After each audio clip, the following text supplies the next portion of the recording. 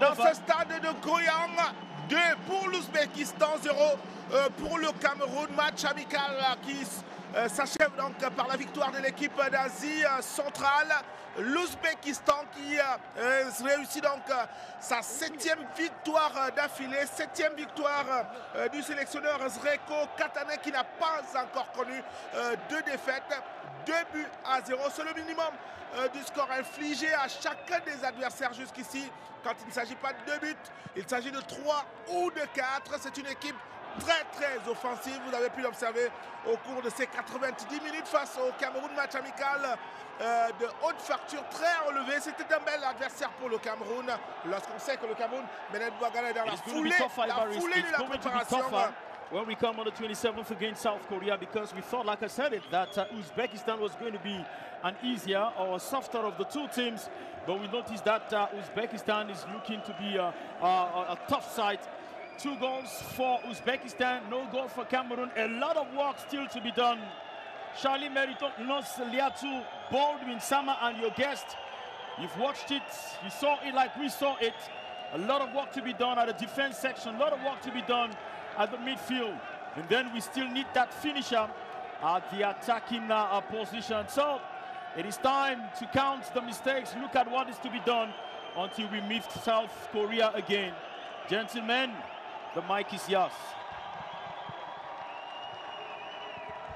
C'est un match test sur la route du Mondial Qatar 2022. Le Cameroun qui s'incline sur des faits de match tout particuliers, mais une équipe camerounaise construite, ambitieuse, déterminée, avec beaucoup de jeunes visages. The Cameroonians are made up of very talented players. The Cameroonians are made up of players who know just what it takes for them to defend the nation's colors. As Shadi said a while ago, it is just a friendly. It's a friendly out of many other friendlies. There is another friendly coming up on Tuesday. And out of these friendlies, Lawrence Giddy, we are going to build a solid squad that will be ready for the World Cup. Yeah, I think now we are working on specifics. We are watching some players. We have the new old players coming back to see whether they can blend or they can gel. We have the new players that had to be tested. We saw them coming in. The coach is going to evaluate. We still have another game coming. And I think the objective of this game was not necessarily to win the game, but really to put in place a solid team and look at the loopholes on which we can work. Let's just say we are testing players. We are in the phase of constructing a good team. And I think there have been some good elements in this game that gives us hope for the future. Alors qu'on va revoir les meilleures séquences de cette rencontre qui se termine à l'avantage de l'équipe ouzbek, 2 buts à 0. Une victoire qui s'ajoute à 6 autres enregistrées depuis le début de cette année 2022 avec l'entraîneur évidemment principal. En tout 7 matchs dont 7 victoires et 21 buts inscrits pour l'équipe ouzbek, seulement 3 buts encaissés, un joli ratio. Alors lorsqu'on voit cette rencontre-là, lorsqu'on va revoir les séquences, Vincent, est-ce qu'il y a lieu de s'inquiéter au vu de ce qu'on a vu produit par l'équipe du Cameroun aujourd'hui? Pour moi, je vous ai dit et je continue de le dire, il n'y a pas lieu de s'inquiéter parce que le dispositif tactique que j'ai vu en première mi-temps, en deuxième mi-temps, quand nous sommes rentrés, tel que les gars étaient en train de presser, moi je dis, ça a été même un bon sparring partner parce que cette vitesse nous permet de comprendre que des erreurs individuelles se payent cher. Donc, et c'est là que nous avons prêché. Des erreurs individuelles, on va monter avec le ballon, les récupérer, et tac, tout de suite là, on parle souvent de 3 secondes, on l'a au fond des filets. Donc pour moi, il va falloir être très concentré, et quand je dis au regard de tout ce match-là, pour moi c'est juste une satisfaction. On a essayé de voir des nouveaux qui sont en train d'arriver, et je crois que sur le plan du noyau de l'ossature, pour moi, il y a lieu d'espérer des lendemains meilleurs. Regardez avec nous les moments forts de cette rencontre, mon cher Lawrence, cette mobilité autour de la défense, cette communication aussi, c'est surtout ça qui a souvent fait défaut.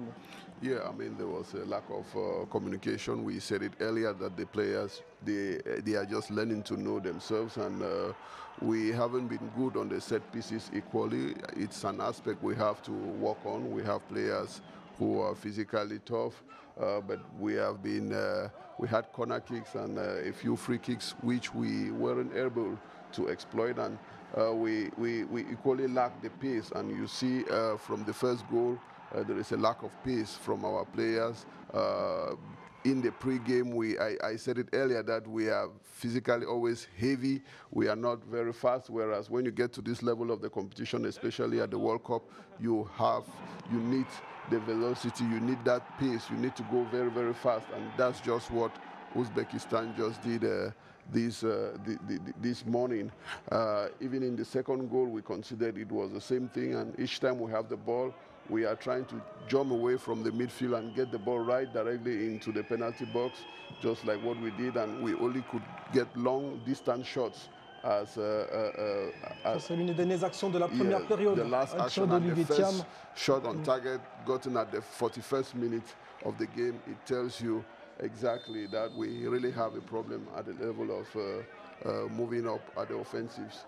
And each time the goal fast in the counter-offensive play, our defenders, they are just lukewarm. I mean, they are just relaxing. I think that's the same problem we got in the second goal. We are static, we are not mobile, we are not focused or concentrated.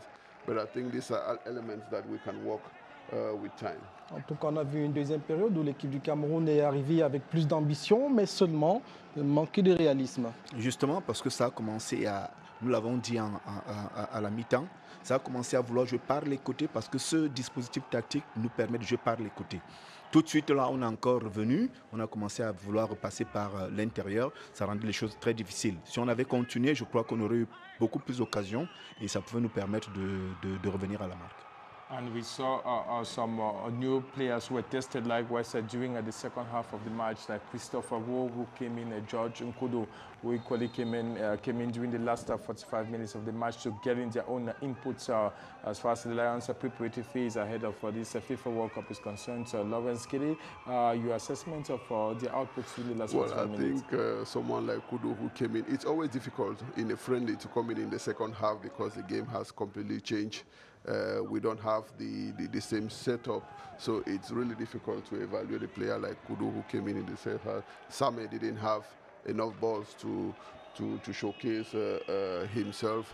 I think Christopher Wo came in, but I think he's still very, very young to occupy that position at the central defense, because when you look at the second goal, he was very lukewarm at the ball. He didn't mark the attacker closely, so he still needs some time and experience to really play a first role at the level of the defense. But you show he has a will to move forward. He went in for some challenges at the ball, and I think it's something positive.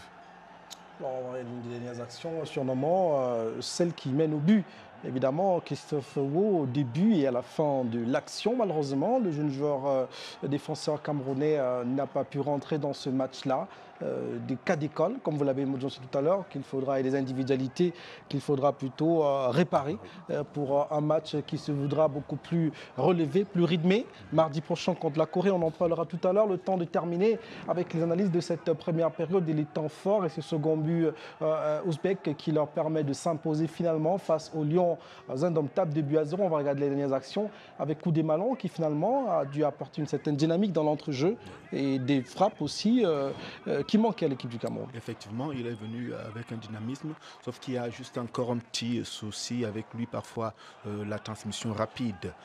On a vu ça à un certain moment, il casse un peu et la défense se replace vite. Koundé Malon, il est ce joueur teigneux. C'est la seule personne, là on a vu en deuxième mi-temps qui a pu tenter un peu de loin, je crois au niveau des 20-22 mètres pour vouloir marquer. Mais je vais juste dire qu'il est parfois difficile, comme l'a dit Lawrence Kiddy, dans un match avec un rythme comme celui-là, de partir du banc, entrer et parfois à un certain moment, c'est ça qu'il faut leur apprendre parce qu'il faut garder le même dispositif tactique. C'est-à-dire que les mêmes consignes tactiques, de manière c'est quand vous entrez, vous rentrez dans le registre de la personne que vous remplacez. Parce que là, on a vu un peu, quand ils sont entrés, c'était un peu décousu. Vous voyez le but qui entre, on avait une sorte un espace entre l'attaque et le milieu. Il a fallu attendre pendant longtemps, voir quelqu'un venir là alors qu'il a récupéré le ballon pour faire un centre qui a fait le but. Donc, il faut garder le même dispositif tactique. et défendre en bloc. C'est-à-dire que quand on parle de bloc équipe, défendre en bloc avec ces lignes qui sont respectées, donc la distance est respectée de manière à ce qu'on puisse être plus compact. Et je crois que si on était allé dans ce sens-là, on n'aurait pas pu prendre le second but. We're quite noticed with some reacting to the output of right back like Fai Collins, who today some would say was not the Fai Collins is dependable. He was not as dependable as he used to be. Yeah, he cannot be 100% on every day. The crosses didn't come through. The crosses weren't successful. But it's a Fai. We know he's a fighter. Always trying to push forward. It's not easy to be at the defensive level, at the same time be defensive and offensive at the same time. So sometimes when these players do 2-3 runs, by the time he gets there the fourth time, the crosses are not as precise as the first. So it wasn't really a good performance as compared to generally what we know of him. I want to believe that the Uzbeks today playing against Cameroon, they were playing their own World Cup. They were exactly playing their own World Cup. When you look at the reaction of the coach, the bench, the players themselves, the motivation, and they have kept their unbeaten records against an African side, being the third African side, and they have won all the 3 games against an African side. So, I mean, it permits them equally to have that experience and prepare themselves for future competitions. Sauf qu'ils attendront encore un peu, peut-être voire longtemps, pour participer à une phase finale de Coupe du Monde. Le Cameroun lui en est rendu à 8 avec celle qui arrive en novembre prochain au Qatar. Aujourd'hui, il s'agit d'affûter les armes. C'est peut-être mieux comme ça, pour ne pas être pessimiste. On a vu des meilleures préparations du Cameroun avant la phase finale de la Coupe du Monde. Et après, la compétition même n'a pas été cela. Oui, effectivement, mais je crois quand même que là, il y a une certaine sérénité. Vous voyez, depuis que nous avons commencé à Blida, on essaie un peu de voir une certaine sérénité. Et nous voyons le jeu aujourd'hui par rapport au jeu avant. C'est-à-dire que tout le monde peut voir qu'effectivement, nous avons des lignes qui se respectent sur le terrain et le dispositif tactique, il est là. Il y a un fond de jeu camerounais. Il y a un fond de jeu camerounais. Les gens ne font pas n'importe quoi et la cohésion commence à arriver. Donc, pour moi, c'est dans ce respect des dispositions tactiques, le respect des rôles de chacun au poste et cette cohésion-là qui nous permettront d'arriver devant les buts. Et je crois qu'il y a juste encore un peu à faire au niveau de la concentration parce que là, les erreurs que nous commettons, c'est des erreurs de concentration. Et c'est ça qui nous coûte des buts. Et aussi au niveau de la transmission des ballons du milieu de terrain vers l'attaque parce qu'il faut chercher déjà un moyen, comment est-ce que ces ballons vont partir dans les intervalles. Et je crois qu'on pourra assurer la finition devant. On évoquait en début de match ces nouveaux joueurs. Ils étaient 5 au départ au coup d'envoi de cette rencontre-là. Il y en a 2 qui sont arrivés jusqu'à la fin du match. Le défenseur central Nicolas Nkoulou et puis l'attaquant Brian Bemo. J'aimerais que vous commentiez un tout petit peu ces individualités et Bossé aussi. Nzé Bossé qui finalement s'est retrouvé dans une situation plutôt confiante. New old player Nicolas Nkoulou, who ended up as captain of the team in the second half.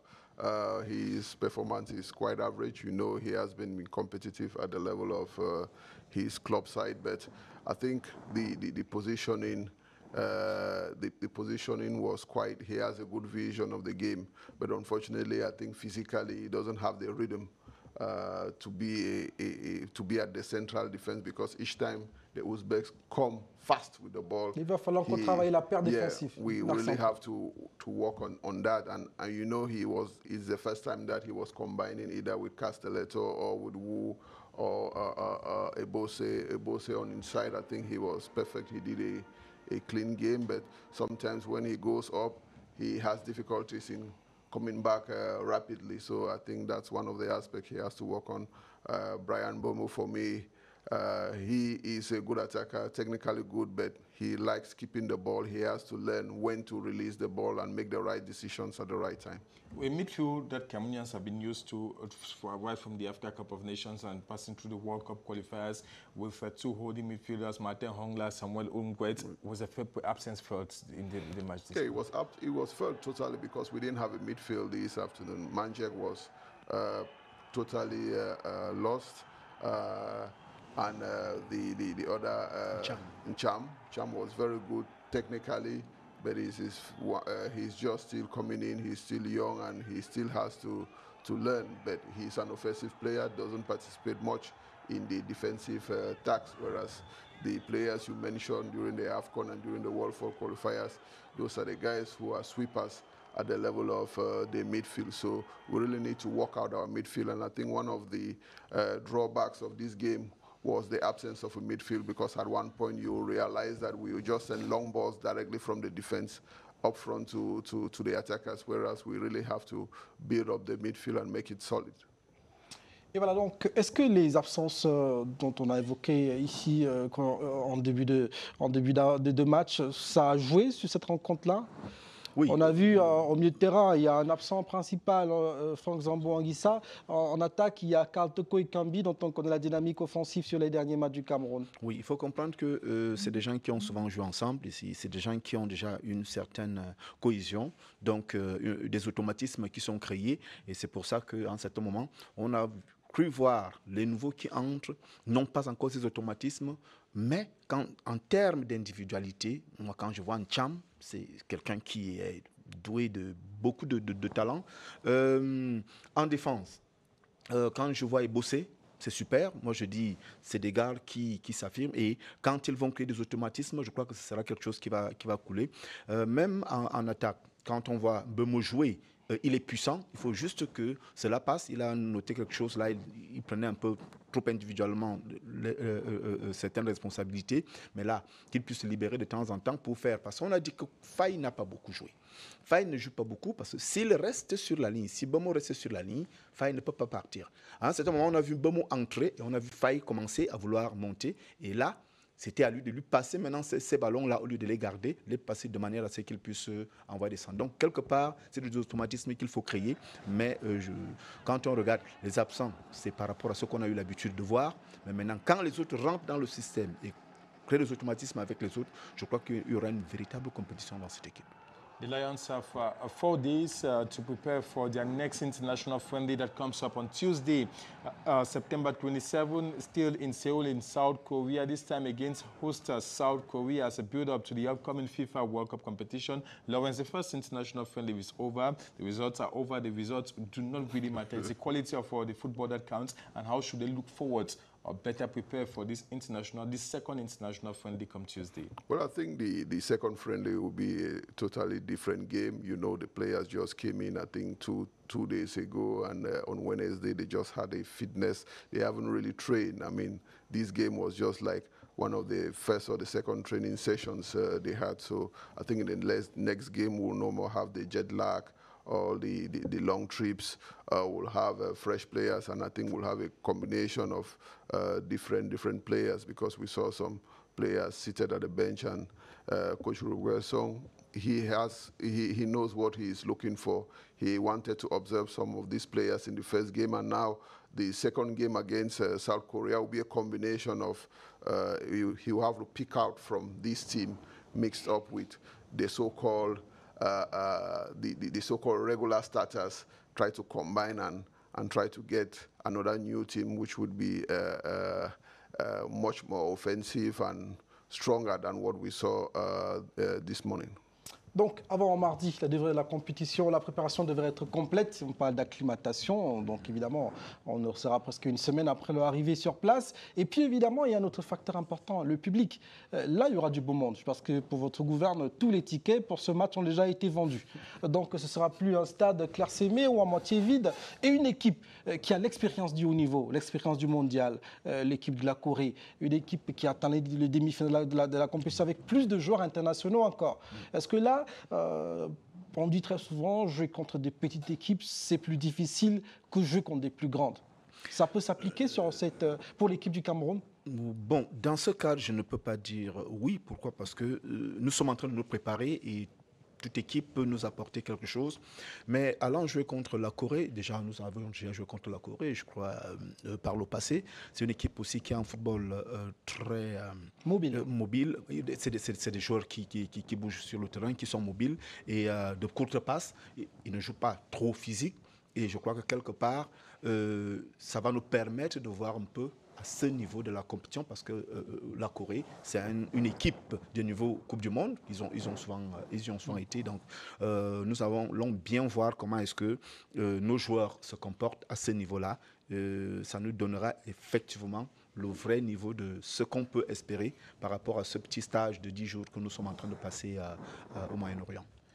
And it's over as the Lions continue training in South Korea ahead of the World Cup campaign. It's going to be Cameroon's 8th World Cup participation in Qatar come November 20, 2022. Shalim Liatou, it was a pleasure being part of this first international friendly as we thank our guests for being there while taking the appointment for Tuesday for the Lions' second international friendly. Évidemment, on vous retrouve mardi pour le second match du Cameroun qui rentre dans cette fenêtre FIFA. Je rappelle qu'il y a bien d'autres sélections africaines engagées dans cette phase. Il y a le Ghana qui joue également, il y a le Maroc qui joue contre l'Espagne, donc plusieurs équipes africaines qui sont en situation de test au cours de cette fenêtre FIFA. Retrouvons-nous mardi pour une équipe camerounaise qu'on espère beaucoup plus compétitive. Et merci ce matin à Laurence Kédé et à Vincent Ganzi. Merci d'être venu regarder et apprécier avec nous cette performance camerounaise face à l'Ouzbékistan, une équipe sur laquelle vous poserez désormais un style de jeu, une efficacité et surtout une certaine façon de voir le football. Merci à tous. Merci Baldwin. Thank you, Charlie. Retrouvez sur nos antennes ces matchs en décalé pour ceux qui ne sont pas levés très tôt ce matin. On vous le propose avec d'autres événements sportifs parce que le meilleur du sport, c'est sur la CRT.